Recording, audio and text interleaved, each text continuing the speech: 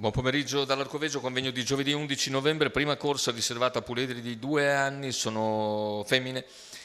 Demetra MG, Desiree Joyeuse, Dolly F, Dolomite WF, Dalila Laumar, Daniela Collin, seconda linea, Deborah Grad, Dolce Peterle, Dessi dei Greppi. Favori in chiusura per Daniela Col, debuttante, VP dell'Annunziata in salchi, macchina che accelera, partiti. In avvio la velocità iniziale di Demetra MG, veloce anche Dolly F, poi più all'esterno c'è Dolomite WF, ha conquistato la testa comunque Demetra MG, altra debuttante. In seconda posizione Desiree Joyeuse, a sua volta al debutto si sistema terza invece Dolly F, lasciando scoperto all'esterno Dolomite WF, che è praticamente l'alternativa principale a Daniela Cole. Dolomite progredisce gradualmente. E intanto se ne vanno i 400 iniziali. Io ho 32 sul mio cronometro, con Demetra MG in vantaggio, all'esterno si impegna Dolomite WF, la cui scia è stata presa da Daniela Cole, mentre alla corda Desiree Joyeuse precede Dolly F.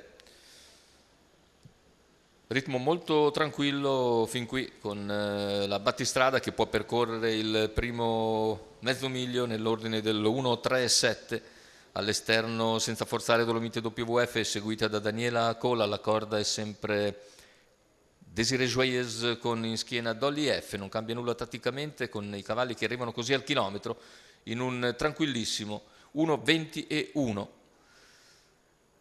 Ora retta delle scuderie, andatura che forzatamente dovrà accelerare. Demetra MG si mantiene in vantaggio, Dolomite rimane lì al suo esterno, Daniela Cole in scia Dolomite, alla corda Desiree Joyeuse, ultima curva affrontata con situazione tattica invariata, accenna alla terza ruota a questo punto Daniela Cole, ma si imbatte nell'accelerazione delle prime con Demetra che entra ancora in vantaggio addirittura d'arrivo. Lo scatto di Dolomite WF, quello all'interno di Desiree Joyeuse nel finale passa su Demetra MG ed è Desiree che vince su Demetra, terzo posto ancora per Dolomite WF che precede Daniela Cole, 2,5 con 29,3 però per la chiusa. E bel primo piano per Desiree Joyeuse che Enrico Bellei in open stretch porta al successo, la debuttante da Vivid Wise S Casablanca. Vince piegando sul traguardo Demetra AMG che aveva condotto fin dal via. Girare all'esterno si è rivelato proibitivo, anche perché il primo chilometro è stato molto tranquillo, c'è stata invece una chiusa piuttosto veloce, 29,3 ho preso io dal mio cronometro.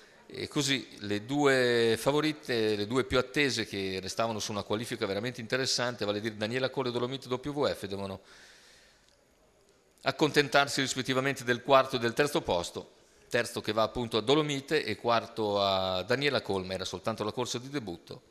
Che bene ha detto comunque a Desiree Joyeuse, Enrico Bellei, quota di 8 a quota fissa e più o meno simile al totalizzatore.